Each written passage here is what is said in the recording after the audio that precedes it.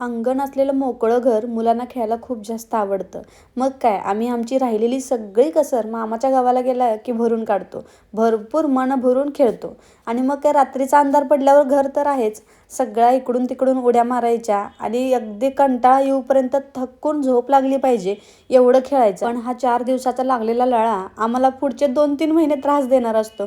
कारण लागलेली एवढी सवय ती परत खूप जास्त आठवण काढते. दिवाळीत सगळ्यात जास्त रडवलं ते म्हणजे हिने. ती म्हणजे आपली सोनपापडी, जिच्याकडं कोणीही बघत नव्हतं. दिवाळीचा फराळ कधी संपतोय आणि त्यानंतर हिचा नंबर कधी लागतोय असं झालेलं. आता आज होता आमचा तो म्हणजे रिटर्न जायचा दिवस. गुरुवारचाच दिवस होता, त्यामुळे माझा उपवास. आता रिटर्न जाताना पण मी उपवास काही सोडला नाही. मग आज वहिनीनं साबुदाण्याचे वडे बनवले होते. आता 8 दिवस मी काहीच शूट केलं नाही, कारण यावर्षीची सुट्टी माझी सगळी कामातच गेली. कारण वहिनी गावाला गेलेली, त्याच्यामुळं आई आणि आम्ही दोघीच काम करत असायचो.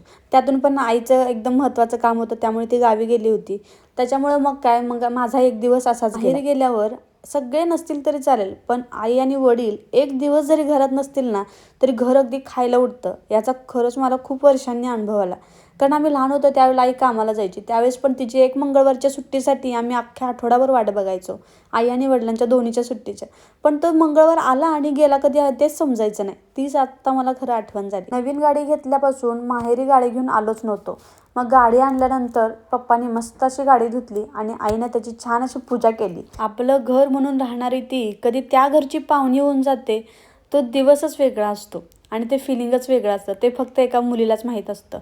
तर आता जायची वेळ आली आहे, तरी पण आईच्या डोळ्यातलं पाणी काही थांबणार नाही. 4 दिवस राहू, मुलगी 1 महिना राहू, पण आईचं प्रेम, वडिलांचं प्रेम तर त्यांचंच असतं, कारण त्यांची जागा कुणीच घेऊ शकत नाही. आणि आता हा व्हिडिओमध्ये तुम्ही जो ड्रेस बघताय ना, तो मला दादाने पैसे दिले होते, त्याचे मग मी हा ड्रेस घेतला होता भाऊबीजेसाठी म्हणून. कसा वाटला नक्की कमेंटमध्ये सांगा. सगळ्यांना अडवणं सोपं असतं, पण ही लहान मुलं असतात ना, त्यांना रडताना बघणं सगळ्यात जास्त कठीण होतं. डोळ्यातलं पाणी अडवून नेहमीच चेहरा हसत ठेवून माहेरून जावं लागतं.